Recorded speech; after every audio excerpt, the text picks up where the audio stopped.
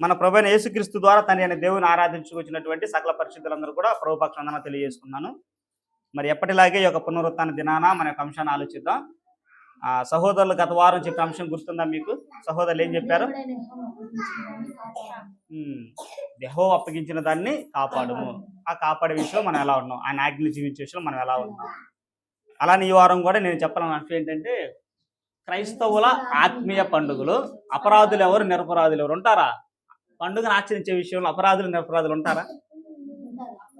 ఆలోచిద్దాం మనం. అపరాధులు నిరపరాధులు పండుగని చేసే విషయంలో ఉంటారా ఉండరా అనేది. అయితే ఈ పండుగ అనేది ధర్మశాస్త్రంలో మనకి చాలా పండుగలు ఉన్నాయి.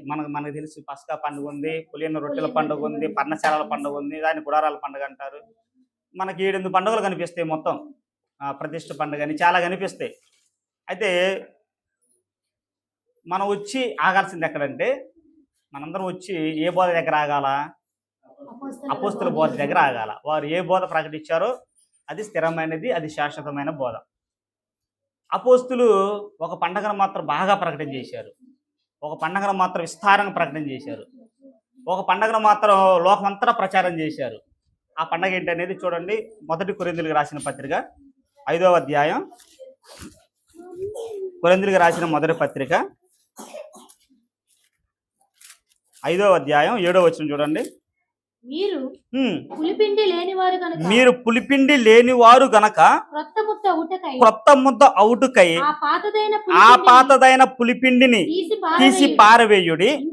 ఇంతేగాక క్రీస్తు అని మన పస్కా పశువు వధింపబడెను గనుక పాతదైన పులిపిండితోనైనను దుర్మార్గతయు దుష్టత్వమునకు పులిపిండితోనైనను కాకుండా నిష్కాపట్యమును సత్యమును పులియని రొట్టెతో పండుగ ఆచరింతుము. ఈ పండుగను మనం ఏమని పిలుస్తాం? బల్లారాధన పండుగ అని పిలుస్తాం దీన్ని. అయితే బైబిల్ క్రిస్మస్ పండుగని ప్రకటించాల. బైబిల్ ఈస్టర్ పండుగను ప్రకటించాల. బైబిల్ గుడ్ ఫ్రైడే ప్రకటించాల. బైబిల్ ప్రకటించిన పండుగ ఒకే ఒక్క పండుగ. ఆ పండుగ ఏంటంటే పస్కా పండుగ, బల్లారాధన పండుగ. ఎందుకంటే అయితే దీన్ని ఆలోచించాలి. ఈ పస్కా వెనకున్నటువంటి బ్యాక్గ్రౌండ్ ఏంటి అనేది వెనక్కి ఒకసారి ఆ పస్కాలో ఉన్నటువంటి క్రమం ఏంటి, కొత్త నిబంధనలో ఉన్నటువంటి పస్కాలో ఉన్నటువంటి క్రమం ఏంటి, అక్కడ ఆ పస్కాని ఆచరించే విధానంలో ఏమి లోపం చేస్తే వాళ్ళు అపరాధులు, అలానే కొత్త నిబంధనలో ఉన్నటువంటి ఈ పస్కా పండుగలో ఆ క్రమబద్ధతలు మనం ఫాలో అవ్వకపోతే ఎలా మనం అపరాధులు అనేది, ఈ రెండింటి వ్యత్యాసం మనం తెలుసుకుందాం. ఇప్పుడు వాక్యపట్నంలోకి వద్దాం. మూలవాక్యంలోకి. కొలస్సీయులకు రాసిన పత్రిక. అంటే ఈ మొదటి వచనం ఎందుకు చూపించానంటే, అపోస్తులు ప్రకటించిన పండుగ ఏంటో మనకు తెలియాలి ముందు. అలాగని క్రిస్మస్ పండుగ చేసే వాళ్ళని రాగానే మనం అంటలేదు, మిగతా వాళ్ళని చేసే వాళ్ళు మంచి అని మనం అంటలేదు. బైబిల్ ప్రకటించిన పండుగ ఏందో మనం చెప్పుకుంటాం అంతే. ఓకే. ఇప్పుడు కొలస్సీయులకు రాసిన పత్రిక 2వ అధ్యాయం. కొలస్సీయులకు రాసిన పత్రిక 2వ అధ్యాయం మన పాఠానికి మూల వచనం. కొలస్సీయులకు రాసిన 2వ పత్రిక కొలస్సీయులకు రాసిన పత్రిక 2వ అధ్యాయం 16వ వచనం. 2:16. కాబట్టి అన్నపానముల విషయములోనైనను పండుగ అమావాస్య విషయములలోను అనువాటి విషయములలోనైనను మీకు తీర్పు తీర్చే ఎవరికి అవకాశం ఇయ్యకుడి. ఇవి రాబో వాటి ఛాయే గాని నిజ స్వరూపము క్రీస్తులో ఉన్నది. అయితే అన్నపానముల విషయంలోనైనా, పండుగ అమావాస్య విశ్రాంతి దినము అనువాటి విషయంలోనైనా ఎవరికి మీరు అవకాశం ఇవ్వకండి, తీర్పు ఇచ్చే అవకాశం. నేడు మనం దేవుడు 6 దినాలు సంపూర్తి చేసి ఆయన పైనుండి చూసినప్పుడు ఆయనకు అదంతా ఎలా అనిపించింది? ఏది చెడ్డదనిపించాల, అంతా మంచిదే అనిపించింది. కానీ మనం బతుకుతున్న జీవితాల్లో ఈ రోజుట్లో ఒక్కొక్క వారానికి ఒక్కొక్క ఇంపార్టెన్స్ ఇస్తాం. ఒక శుక్రవారం స్త్రీని ఇంట్లో నుంచి పంపించడానికి ఇష్టపడరు. ఏంటి ఆ విధానం అంటే? శుక్రవారం మంచిది కదని అర్థమా? లేకపోతే శుక్రవారం మంచిదని అర్థమా? శుక్రవారం మా ఇంటి ఆడపిల్ల బయటికి వెళ్తే ఏం పోయింది? ఐశ్వర్యం పోయింది.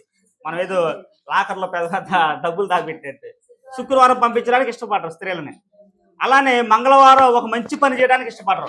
ఇంటి పని ప్రారంభించడానికి కానీ, ఏదైనా షాపులు ఓపెనింగ్ చేయడానికి కానీ, ఏదైనా సరే ఒక మంచి పని చేయడానికి మంగళవారాలని ఇంపార్టెన్స్ చేయరు. అంటే చెడ్డదేనా? కాదు. అంటే మనం కూడా క్రైస్తవులుగా ఉన్నటువంటి ఈ పరిస్థితిలో కొత్త నిబంధనల కింద ఉన్నట్టు మనందరం కూడా ఇలాంటి విషయాలు అమావాస్య విషయాల్లో కానీ విశ్రాంతి దినాల్లో కానీ ఎవరికి మనం అవకాశం ఇవ్వకూడదు. ఎందుకంటే ఇవన్నీ ఛాయగా ఇవ్వబడినాయి. పస్కా పండుగ ఛాయగా ఇవ్వబడింది, భవిష్యత్తులో రాబోయే క్రీస్తు వారికి సూచనగా ఇవ్వబడింది పస్కా పండుగ అనేది. కాబట్టి ఇదంతా ఛాయే. నిజ స్వరూపం ఏడుంది? క్రీస్తులో. మన నిజ స్వరూపంలో ఉండి మనం ఛాయ్ వైపు తిరిగితే అందరం నిజ స్వరూపంలోకి వచ్చేసాం, క్రీస్తులోనికి వచ్చేసాం. క్రీస్తు సంఘంలోనికి వచ్చేసిన తర్వాత మనం ఇంకా ఛాయలోని బ్రతికితే, అక్కడ ఇంకా మూలపాఠాల దగ్గరే ఉంటే. కాబట్టి మీరు అవకాశం ఎవరికి మాకండి, మిమ్మల్ని బట్టి తీర్పు ఇచ్చే అవకాశం ఎవరికి మాకండి అని పౌలు భక్తులు తెలియజేస్తున్నాడు. అలానే పౌలు గారే సువార్థికుడుగా తిమోతి గారిని ప్రమోట్ చేస్తా, ప్రమోతి గారిని కొన్ని విషయాలు జాగ్రత్తగా ఉండమన్నాడు. ఆ జాగ్రత్తలు చూసుకొని మనం పాత నిబంధనలోకి వెళ్దాం. తిమోతికి రాసిన మొదటి పత్రిక 1వ అధ్యాయం 5వ వచనం చూడండి. అంటే ఒక సువార్థికుడుగా పౌలు గారు తిమోతి గారిని ఒక చోట సువార్త నిర్ణయించిన తర్వాత, ఇదిగో తిమోతి నువ్వు ఇలా ఉండాలి, ఈ జాగ్రత్తలు కలిగి ఉండాలి అని తిమోతిని హెచ్చరించిన సందర్భం చూడండి. ఉపదేశ సారమేదనగా పవిత్ర హృదయము నుండి మంచి మనస్సాక్షి నుండి నిష్కపటమైన విశ్వాసము నుండి కలుగు ప్రేమ. మనకి ఒక ఏదైనా ప్రేమ కలగాలి అంటే పవిత్రమైన హృదయం ఉండాలి. ఒక వ్యక్తి పట్ల ప్రేమను మనం ఆస్వాదించాలన్నా, కలిగి ఉండాలన్నా కానీ వాడికి ఏముండాలంటే పవిత్రమైన హృదయం ఉండాలంట, మంచి మనస్సాక్షి ఉండాలంట, నిష్కపటమైన విశ్వాసం ఉండాలంట. ఈ 3 ఉంటేనే దీని నుంచి ప్రేమ వచ్చింది. వీటిని ఆధారం చేసుకొని లేకుండా ఏది ప్రేమ ఉండదు. ఒకవేళ వీటిని ఆధారం చేసుకోనకుండా ప్రేమ ఉందంటే అది నీ నుంచి ఏదో ఆశించే ప్రేమ, నీ నుంచి ఏదో కోరుకునే ప్రేమ, అది స్వార్థపూరితమైన ప్రేమ. కాబట్టి తిమోతి, నువ్వు స్వార్థిగా నేను స్థిరపరుస్తున్నాను కాబట్టి వీటి విషయం నువ్వు జాగ్రత్తగా ఉండు అని కింద చూడక ఇంకో మాట ఉంటది. కొందరు వీటిని మానుకొని తొలగిపోయి తాము చెప్పు వాటినైనను నిశ్చయమైనట్టు రూఢిగా పలుకు వాటినైనను గ్రహింపకపోయినను నిష్ప్రయోజనమైన ముచ్చటకు తిరిగారు. ఏది ప్రయోజనమో దాన్ని విడిచిపెట్టేసి నిష్ప్రయోజనమైన వాటికి తిరిగారంట. వాళ్ళు కూడా ఎవరు? ధర్మశాస్త్రోపదేశకులు, ధర్మశాస్త్రాన్ని బోధించే వాళ్ళు అలా ఉన్నారు. కాబట్టి నువ్వు అలా ఉండు, మాకు నువ్వు పవిత్రమైన హృదయం ఉండు, మంచి మనస్సాక్షి, నిష్కపటమైన విశ్వాసం ఉంటేనే వీటి వలన ప్రేమ వచ్చింది. ఈ 3 లేని ప్రేమ అది కపటమైన ప్రేమ, నీ నుంచి ఏదో కోరుకునే ప్రేమ. కాబట్టి వీటి విషయంలో నువ్వు జాగ్రత్తగా ఉండి తిమోతి అని తిమోతిని హెచ్చరించాడు. ఎందుకు? తిమోతి ఆ స్థానిక సంఘంలో సువార్థికుడు కాబట్టి ప్రతి విషయాన్ని మనం సంఘంలో కొనసాగుతున్నాం కాబట్టి, సంఘంలో పరిచారకులుగా ఉంటున్నాం కాబట్టి మనం వీటి విషయంలో ఏదైనా ఒక అంశాన్ని చెప్పుకునే విషయం ఎలా ఉండాలంటే, అంటారు చూసావా, మంచి వాక్యాన్ని విభజించి బోధించు. ఆ క్రమాన్ని మనకు తెలిసి ఉండాలి. ఏది కొత్త నిబంధన, ఏది పాత నిబంధన, ఏది ధర్మశాస్త్రం, ఏది వారికి అప్లై అయ్యేది, ఏది మనకు వర్తించేది. అంతేగాని అంతా బైబిల్ మొత్తం కూడా మనకే అనుకోకూడదు. ఏది బైబిల్ మొత్తం కూడా మన కొరకే రాయించబడాల. బైబిల్లో చాలా ఉద్దేశాలు ఉన్నాయి. అన్యుల గురించి రాయబడిన వచనాలు ఉన్నాయి, రాజుల గురించి రాయబడిన వచనాలు ఉన్నాయి, దేవదూతల గురించి, సాతాను గురించి, ప్రవక్తల గురించి, అనేకమైన వ్యక్తుల గురించి రాయబడి ఉన్న గ్రంథం బైబిల్ గ్రంథం. వీటిని మనం సెపరేట్ చేసుకోవాలి. ఏది మనకని సెపరేట్ చేసుకోలేదనుకో మనందరం కలగగోపులో అయిపోతాం. ఇది నాకే అనుకుంటాం. కాబట్టి తిమోతికి హెచ్చరించినట్టు మనం కూడా అట్టి లక్షణాలే కలిగి బోధించే విధానంలో ఆ విధానంగా మనం బోధన చేయాలన్నమాట. కాబట్టి ఇప్పుడు పాత నిబంధనకి వెళ్ళి పస్కా యొక్క, అంటే ఇది ఛాయగా ఉంది కదా, ఈ పస్కా యొక్క పరమార్థం ఏంటనేది మనం పాత నిబంధనకి ఆలోచిద్దాం ఒకసారి. ఇది ఇవ్వడానికి గల కారణం ఏంటంటే, ఆదికాండం 15వ అధ్యాయం ఈ పస్కా పండుగని ప్రవేశపెట్టడానికి గల కారణం చూడండి. ఆదికాండం 15వ అధ్యాయం 13వ వచనం చూడండి.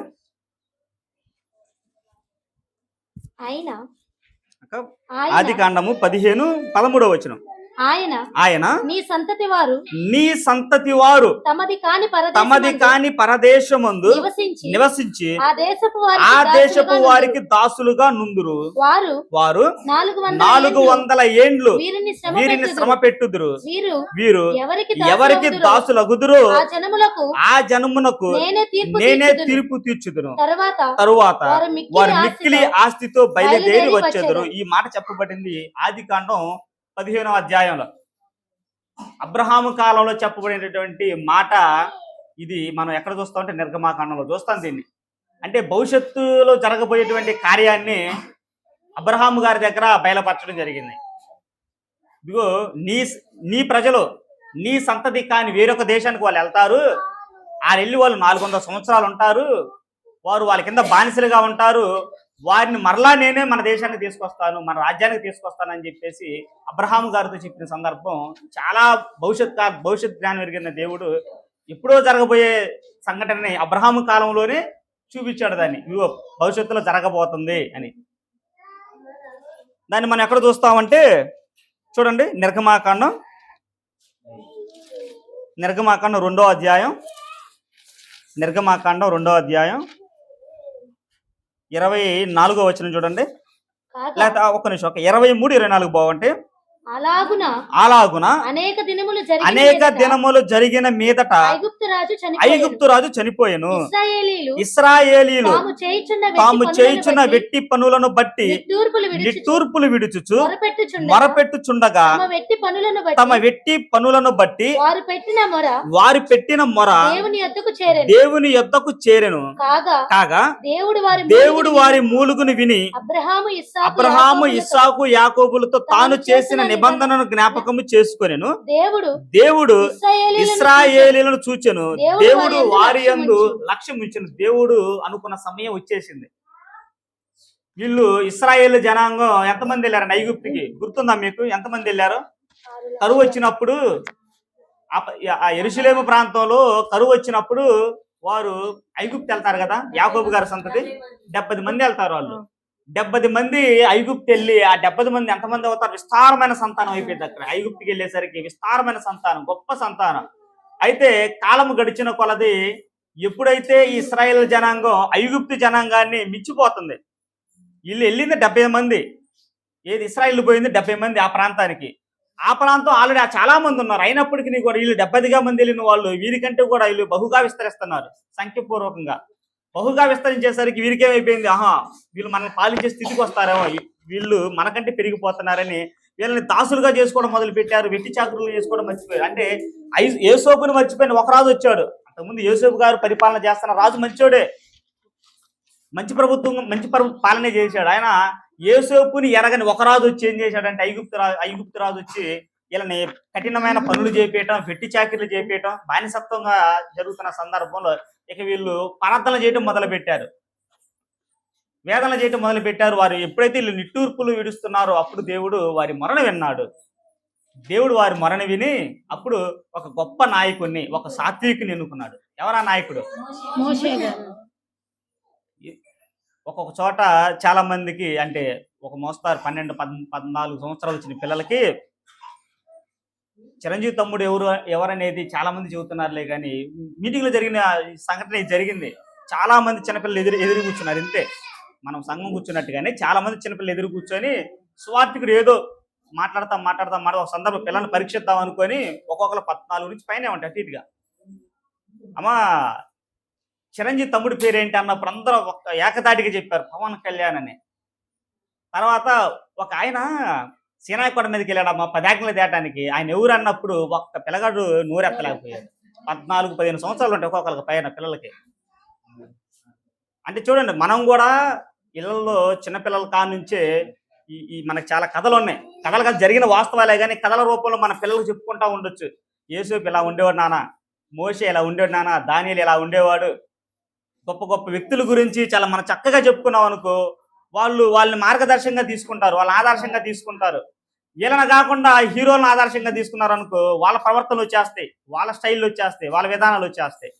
కాబట్టి తల్లిదండ్రులు మనం కూడా జ్ఞాపకం చేసుకోవాల్సింది ఏంటంటే, చిన్నప్పటి నుంచే పిల్లలకి బైబిల్లో ఉన్న వ్యక్తుల యొక్క చరిత్ర మనం చక్కగా వాళ్ళ పాఠాల రూపంగా చెప్పుకున్నాం, కథల రూపంగా చెప్పుకున్నాం అనుకో, ఏదో జరగని సంఘటన అనగనగా ఒక రాజు ఉన్నాడు, ఆ రాజుకి 7 కుమారులు ఉన్నారు, ఏటకిల్ల 7 చేపలు తెచ్చారు, లేని కథని చెప్పుకోవడం కంటే కూడా చక్కగా బైబిల్ ఎన్నో కథలు ఉన్నాయి చెప్పుకోవడానికి.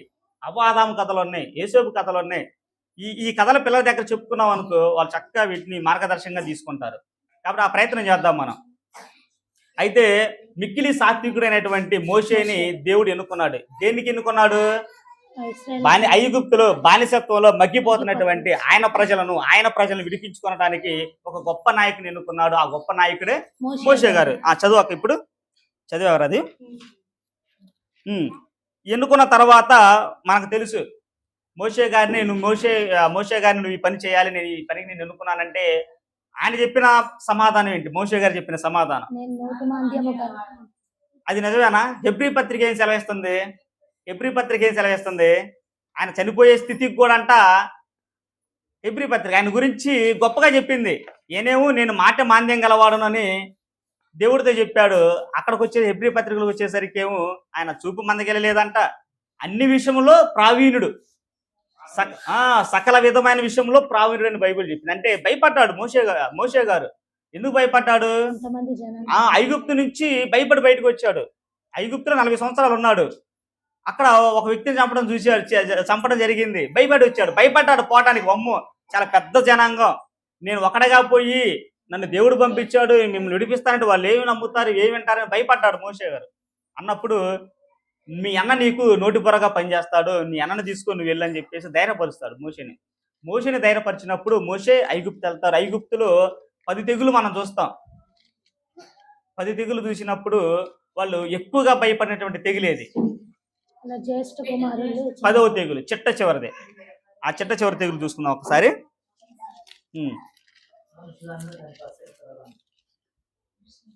అయితే దానికంటే ముందుగా నిర్గమాకాండం 13:9 చూడక. నిర్గమాకాండం దాని దగ్గరికి వెళ్ళేటప్పుడు ఇది ఒకటి చూసుకుందాం. నిర్గమాకాండం 13:9. యెహోవా ధర్మశాస్త్రము నీ నోట నుండునట్లు బలమైన చేతితో యెహోవా ఐగుప్తులో నుండి నిన్ను బయటకు రప్పించినట్టుకు ఈ ఆచారము నీ చేతి మీద నీకు సూచనగాను నీ కన్నుల మధ్య జ్ఞాపకార్థముగా ఉండును.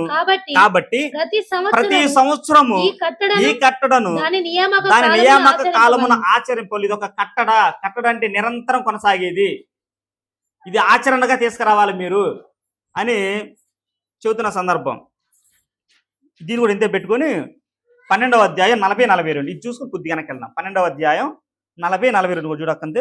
ఇశ్రాయేలీయులు 12వ అధ్యాయం 40-42 ఓకే. ఇశ్రాయేలీయులు ఐగుప్తులో నివసించిన కాలము 430 సంవత్సరములు. 430 సంవత్సరములు గడిచిన తరువాత జరిగినదేమనగా ఆ దినమందే యెహోవా సేనలన్నీ ఐగుప్తు దేశములో నుండి బయలుదేరిపోయెను.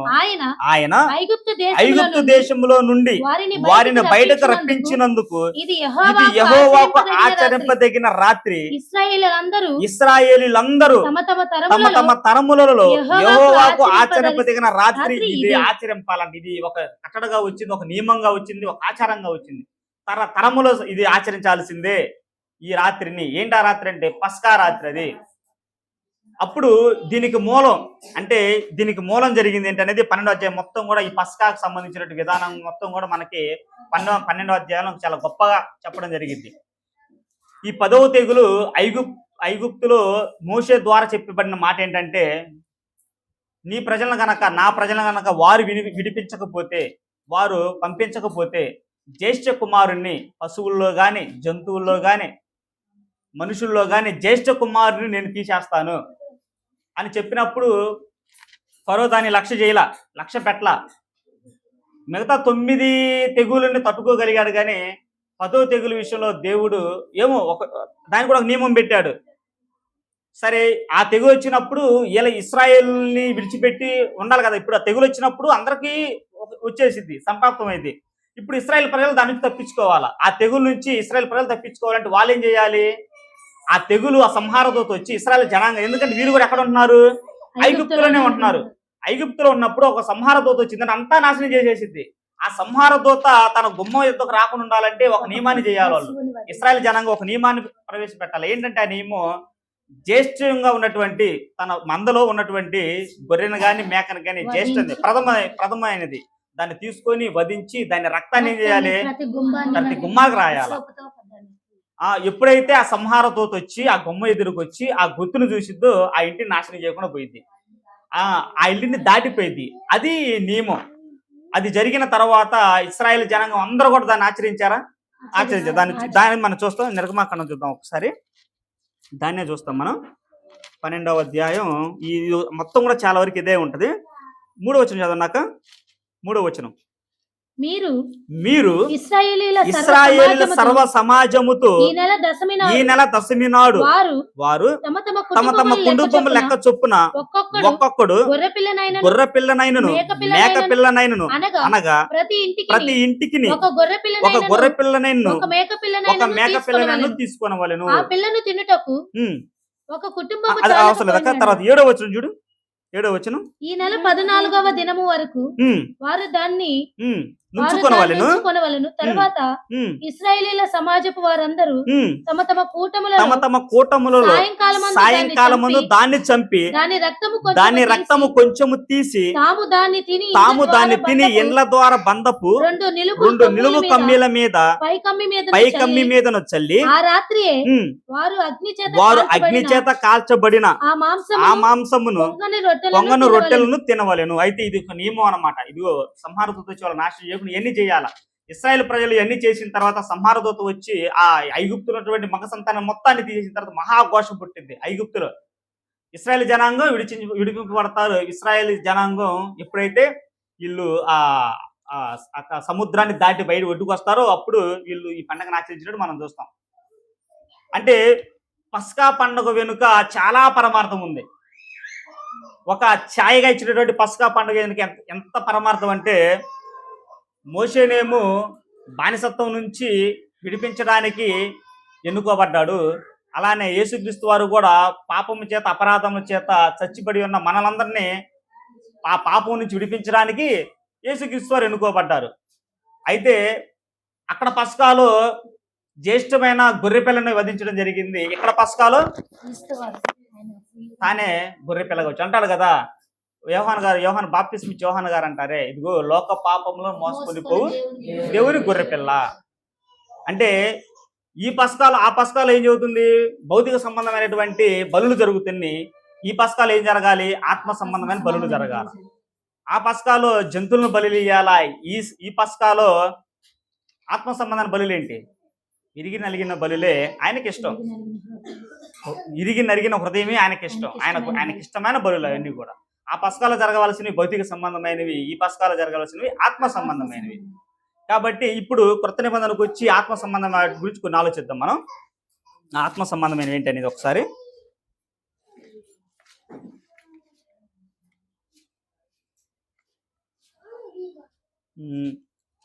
కొరింథీయులకు రాసిన పత్రిక మనందరం కూడా ఒక సంఘంలో కొనసాగుతున్నప్పుడు, ఒకే సంఘంలో మరి క్రీస్తు ప్రభువును ప్రకటన చేస్తున్నప్పుడు మన మధ్య ఉన్నటువంటి ఐక్యతను గురించి తెలియజేసేది కొరింథీయులకు రాసిన మొదటి పత్రిక.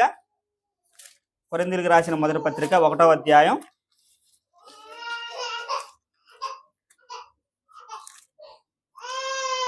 10వ వచనం చూడండి. 1:10 కొరింథీయులు 1:10. సహోదరులారా మీరందరూ ఏకభావముతో మాటలాడవలెననియు మీలో కక్షలు లేక ఏక మనస్సుతోను ఏక తాత్పర్యముతోను మీరు సన్నద్ధులై ఉండవలెనని మన ప్రభువైన యేసుక్రీస్తు పేరట మిమ్మును వేడుకొనుచున్నాను.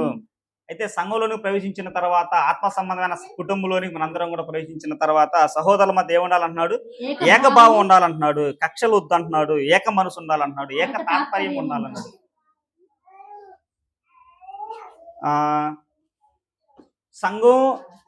సంఘం ఎలాంటిదంటే సంఘాన్ని కుటుంబంతో పోల్చడం జరిగింది.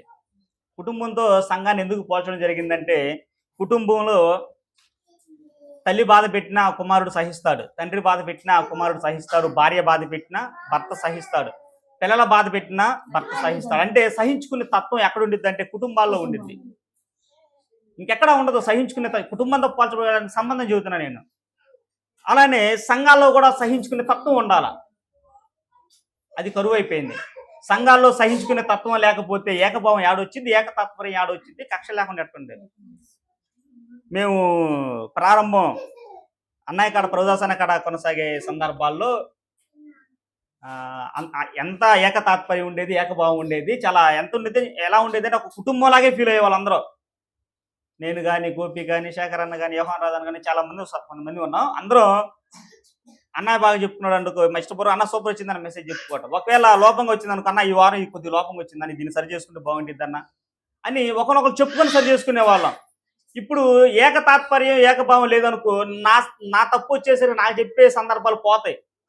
ఎప్పుడైతే థర్డ్ పర్సన్ ఎంటర్ చేస్తామో, ఎప్పుడైనా మనం కొనసాగుతున్నప్పుడు థర్డ్ పర్సన్ మన జీవితాల్లోకి వస్తాడో, ఇక మొత్తం కూడా అల్లకొల్లం అయిపోద్ది మొత్తం.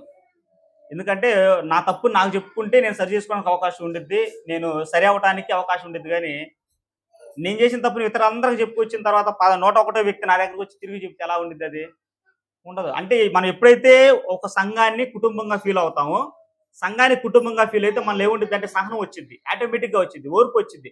ఎందుకంటే 5 సంవత్సరాలు నేను సంఘంలో కొనసాగుతున్నప్పుడు నా బలహీనత ఏంటో, నేను ఎక్కడ కష్టపడతానో, ఎక్కడ నిదానంగా ఉంటానో నా సహోదరులు తప్ప ఎవరికి తెలియదు. వాళ్ళు సహిస్తారు, అర్థం చేసుకుంటారా, అన్న అంతేలే అప్పుడప్పుడు కోపపడతలే అని సహిస్తారు.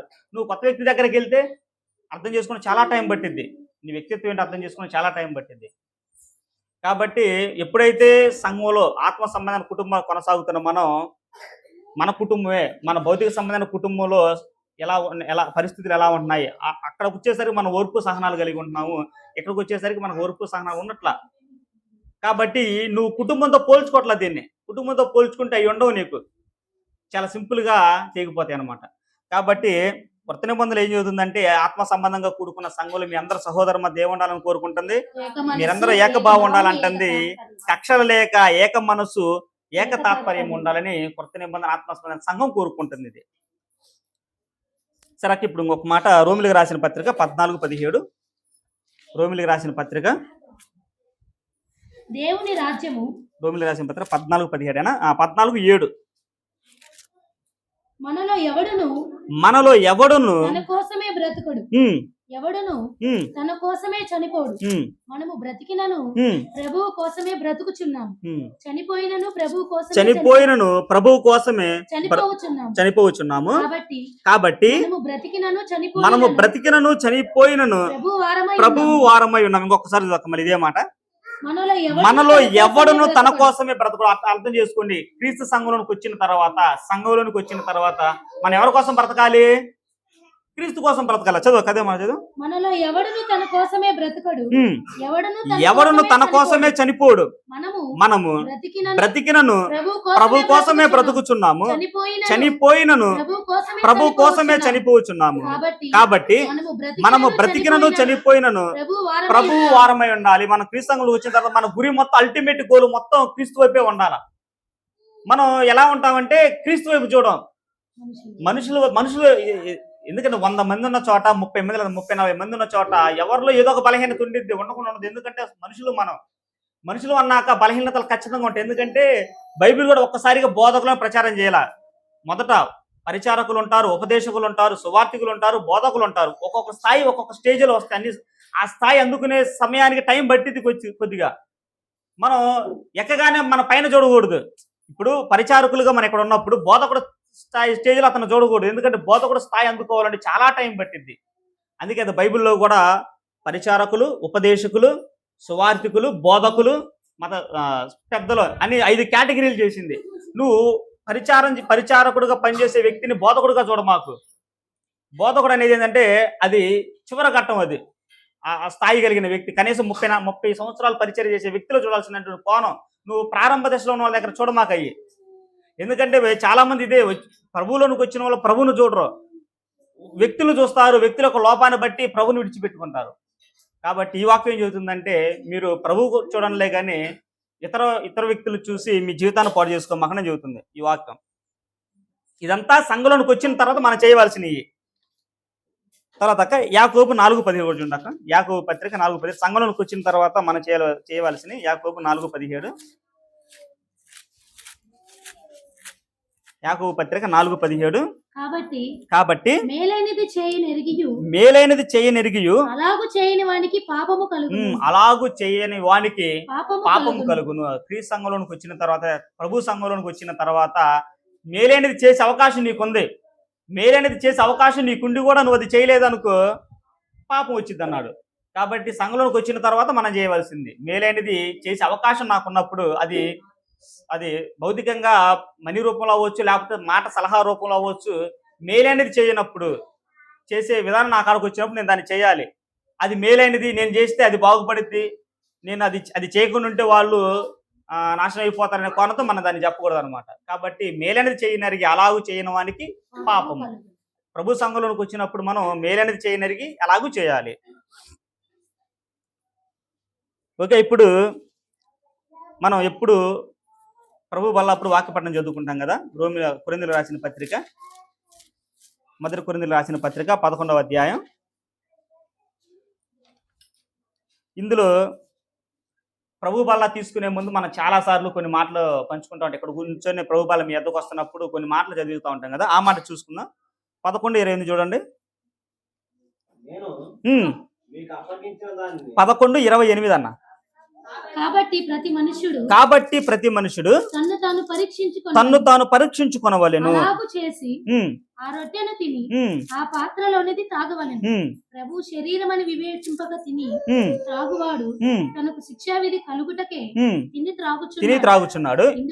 ఇందువలననే మీలో అనేకులు బలహీనులు రోగులునై ఉన్నారు, చాలా మంది నిద్రించుచున్నారు. అయితే తన్ను తాను పరీక్షించుకొనవలెను. ఏమని పరీక్షించుకోవాలి? చాలా మంది తను పరీక్షించుకోవాలి. ఏమని పరీక్షించుకోవాలి అంటే తన జీవితాన్ని తను పరీక్షించుకున్న వ్యక్తి మనం ఎవరైనా చూస్తాం.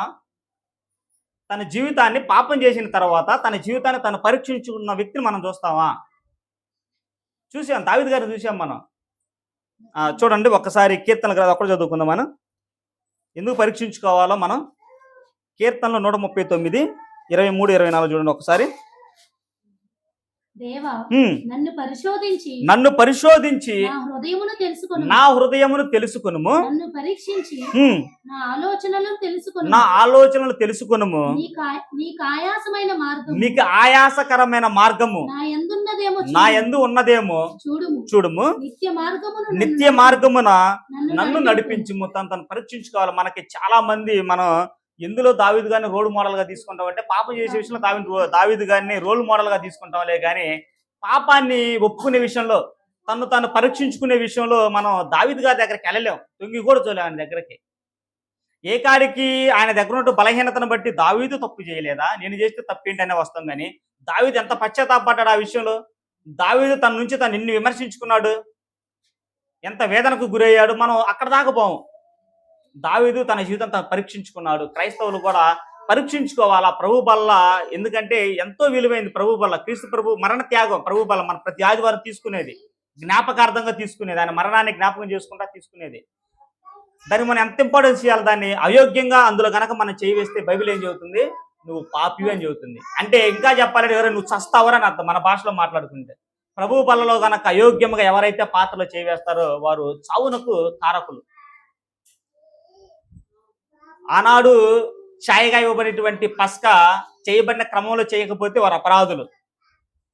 ఇవ్వబడిన క్రమంలో వాళ్ళు దాన్ని కొనసాగించకపోతే పస్కాని. కొత్త నిబంధనకు వచ్చేసరికి ఇవ్వబడిన క్రమం ఒకటి ఉంది. పాత్ర మన ఎద్దుకు వస్తున్నప్పుడు విమర్శించుకోవాలి, మనం పరీక్షించుకోవాలా. నేను దాన్ని తీసుకున్నట్టుకు నేను యోగ్యున్నా కానా, నేను పాపాన్ని ఒప్పుకునే స్థితిలో నేను ఉన్నానా లేనా, నా పాపాన్ని కప్పుకునే స్థితిలో నేను ఉన్నానా. మనం గనక పాపాన్ని ఒప్పుకోకుండా ప్రభు బల మన ఎద్దుకు వస్తున్నప్పుడు మన పాపాన్ని ఒప్పుకో. ఇంకా మనకి చాలా దగ్గర, ఎందుకంటే చాలా సంఘాలు నెలకు ఒకసారి ఇస్తాయి, కొన్ని సంఘాలు సంవత్సరానికి ఒకసారి ఇస్తాయి, మనకు వారానికి ఒకసారి. చాలా తేలిక జ్ఞాపకం పెట్టుకోవచ్చు. వారంలో నేను సహోదరుడితో మాట్లాడిన మాటలు నేను జ్ఞాపకం పెట్టుకోవచ్చు, సహోదరు పట్ల అసభ్యకరంగా మాట్లాడే స్థితి నేను జ్ఞాపకం పెట్టుకోవచ్చు. దగ్గర సమయం ఉంది కాబట్టి దగ్గర సమయంలో ప్రభు బల్ల మన యొద్దకు వస్తున్నప్పుడు మనం ఏమైనా ఒప్పుకోవాలంటే విమర్శ చేసుకోవాలి. మనకు ఆత్మ పరిశీలన చేసుకోవాలి. నేను ఈ వారంలో నేను తప్పుగా ప్రవర్తించానా, తప్పుగా ఎవరైనా తప్పుడు ఉద్దేశంతో నేను ఎవరైనా చూశానా, నేను ఎవరికైనా నష్టం చేశానా, నా వల్ల ఎవరైనా బాధించబడ్డారా. కాబట్టి ప్రభు బల్ల ముందు మనం ఏం చేయాలి? మోకరించి వేడుకోవాలా. ప్రభా నన్ను క్షమించు, నేను తెలిసి తెలియక పాపం చేశాను, మరలా నా జీవితంలో నేను దీన్ని కొనసాగించను. ఎందుకంటే మనకి అందరం యవనస్తులం కాబట్టి పరిచారకులకు పనిచేస్తున్న వాళ్ళం కాబట్టి అన్నీ ఒకసారిగా మనకు అన్నీ రావు. ఎందుకంటే చిన్న చిన్న బలహీనతలో అప్పుడప్పుడు కోపపడటం, అప్పుడప్పుడు బాధపడటం కామన్గా వస్తూ ఉంటాయి. ఒక్కోసారి ఏమంటారంటే మనం బాగా సందర్భం వచ్చినప్పుడు కోపడినప్పుడు అదేంది బైబిల్ ఏం చెబుతుంది, ఒక చెంప మీద కొడితే ఇంకో చెంప చూపి మన యేసుక్రీస్తు చెబుతున్నాడు కదా, మీరేంది దానికి బదులు సమాధానం చెబుతున్నారు. ఆ స్థాయి ఎందుకు కూడా టైం పట్టింది. అవన్నీ మనకి ఇప్పుడు అర్థమవుతాయి. ఎక్స్పీరియన్స్గా కొన్ని జరిగితే, అనుభవాల ద్వారా కొన్ని జరిగితే అప్పుడు మనకి ఎక్స్పీరియన్స్ వచ్చింది. కాబట్టి ఎప్పుడు మనం అపరాధం అవుతామంటే ఆత్మీయ పండుగలో ప్రభు బల మన యొద్దకు వస్తున్నప్పుడు, ఆత్మ పరిశీలన చేసుకున్నప్పుడు, మనం చేసిన పాపాలు ఒప్పుకొనప్పుడు, మనం చేసిన పాపాలు కప్పుకుంటే మనం అపరాధులు అవుతాం. నిరపరాధులు ఎప్పుడు అవుతాం? పాపాన్ని ఒప్పుకున్నప్పుడు, పాత్ర మన యొద్దకు వస్తున్నప్పుడు, మన దోషాలను ఒప్పుకున్నప్పుడు మనం నిరపరాధులుగా తీర్చబడతాం. కాబట్టి ప్రభు బల ఆత్మ సంబంధమైన పస్కా పండగలోనికి మనం ప్రవేశించి ఉన్నాం. కాబట్టి ఆ ప్రభు బల వస్తున్నప్పుడు మనందరం కూడా ఆత్మ పరిశీలన చేసుకొని మన పాపాలను విడిచిపెట్టుకొని మరి ప్రతి ఒక్కరు కూడా యోగ్యంగా ఆ పాత్రలు మీ అందరూ కూడా చేయవలసింది కోరుకుంటూ వేడుకుంటూ మరి ఇటు అవకాశం ఇచ్చినటువంటి స్థానిక సంఘ సువార్తికులు శ్యామన్న గారికి, సంఘానికి ప్రత్యేకమైన వందనాలు చెప్పుకుంటూ సెలవు తీసుకున్నాను. అందరికీ వందనాలు.